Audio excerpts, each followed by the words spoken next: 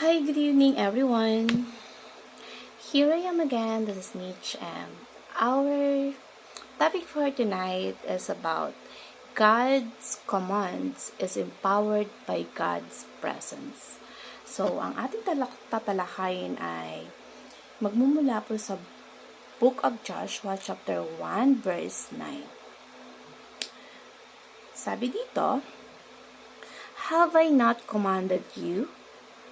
Be strong and courageous. Do not afraid, do not be discouraged, for the Lord your God will be with you wherever you go." So this verse, we always, sometimes, we scared and alone. However, we can take courage. What this Bible's verse says that, dito sa verse na to, ito yung ipinapakita sa atin na ang katapatan ng Diyos sa ating mga tao, katulad nung panahon ni Joshua at mga Israelita, na gagabayan sila at sasamahan, na dadalhin sila sa lupaing ipinangako niya kay Abraham. At ang kahalagahan ng pagsunod sa kung ano yung sinasabi ng Diyos na sundin, na dapat nilang sundin. At ang kanyang utos, kahit pinakamahirap na utos pa yan, kailangan nating sundin.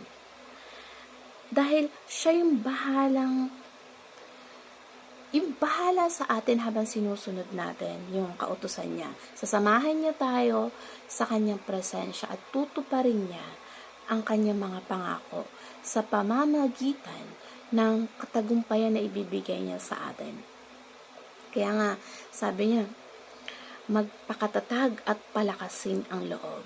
Katulad ng sinabi niya kay Joshua, na sinabi din niya kay Moses, nung panahon ni Moses na kanyang lingkod din, na kailangan wag lumiko sa kanan o kaliwa upang ikaw ay maging matagumpay kahit saan man pumunta. Dahil sa pamamagitan ng pagsunod, masasaksihan nila ang kaluwalhatian ng Diyos.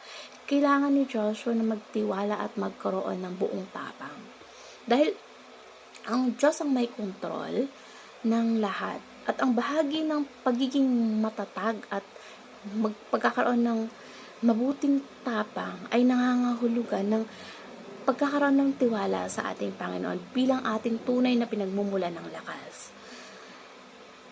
Ang Diyos lamang ang tanging makapangyarihan sa lahat at nakakaalam ng lahat. Nasa Kanya ang mga sagot at lakas na kailangan nating harapin. Ang ano pa mang harapin natin na hamon sa ating buhay. Katulad sa panahon ni Joshua, bihira natin makuha lahat ng sagot sa ating mga personal na katanungan. Pero kay Joshua, pinayuhan siya na magpatuloy pa rin at kumilos ng may pananampalataya. So, kapag nanampalataya tayo at sumunod sa anuman ang kalooban niya at iniuutos niya, sasamahan niya tayo. Nandiyan yung presensya ng Lord sa atin. At kung merong ipinapagawa ang Diyos sa atin, katulad ng mga naunang apostle na at mga lingkod niya na napagtagumpayan ang kanilang mga hamon sa buhay at napagtagumpayan nila yon. Nagtiwala sila sa Diyos para sa patnubay, dahil sa Kanya nagmumula lahat ng ating kalakasan, sa presensya niya. Kaya huwag tayong matakot o ma-discourage man, dahil sasamahan niya tayo. Kailangan lang nating sumunod sa kautusan niya, sa kanya mga kagustuhan, dahil kapag we obey God with faith, sinusunod natin ang utos niya, na kapag inutusan tayo na minsan merong mga kaakibat na pag-aalinlangan, hindi maaalis sa atin na mag-alinlangan kasi wala sa atin yung kapangyarihan. Pero huwag daw tayong mag-alinlangan kasi kapag inutusan tayo ng Diyos, merong kaakibat yun na presensya niya, na sinasamahan niya tayo, at sa Kanya manggagaling ang lahat ng puwersa na ibibigay sa atin. Yung kalakasan na pagkakaloob sa atin. Katulad ni Joshua, na walang pag-aatubiling sumunod sa Diyos kahit pa may mga pagkakataong habang nakikipagdigma siya sa mga Amoreo, may pagkakataon doon na nanalangin siya na sana tumigil yung oras, huminto ang araw. Nanalangin siya sa Diyos na wag munang lumubog ang araw para magkaroon pa sila ng oras. Pahintuin muna ng Diyos na lumubog ang araw para magkaroon sila ng panahon na makipagdigma. So, ang nangyari, huminto nga ito. Sinunod siya pinakinggan siya sa paglubog ng araw. At kaya sa tuwing tayo sumusunod sa Diyos, katulad ni Joshua, may mga miracle na nangyayari habang nasa presensya natin ang Diyos.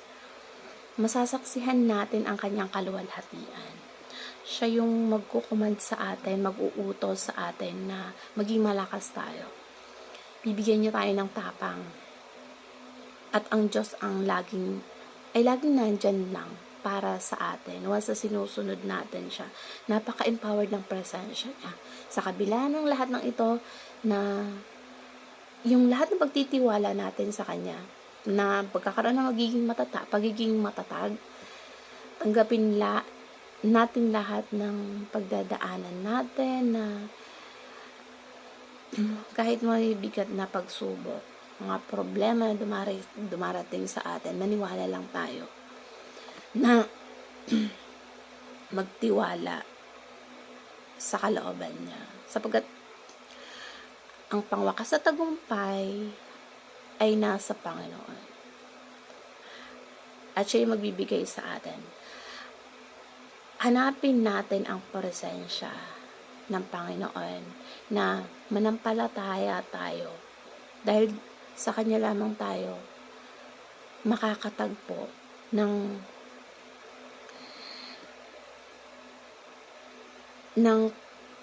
maayos na katagumpayan. So, yun lamang po. Salamat sa pakikinig at sana ay may natutunan kayo sa verse na ito na ating tinalakay. God bless everyone.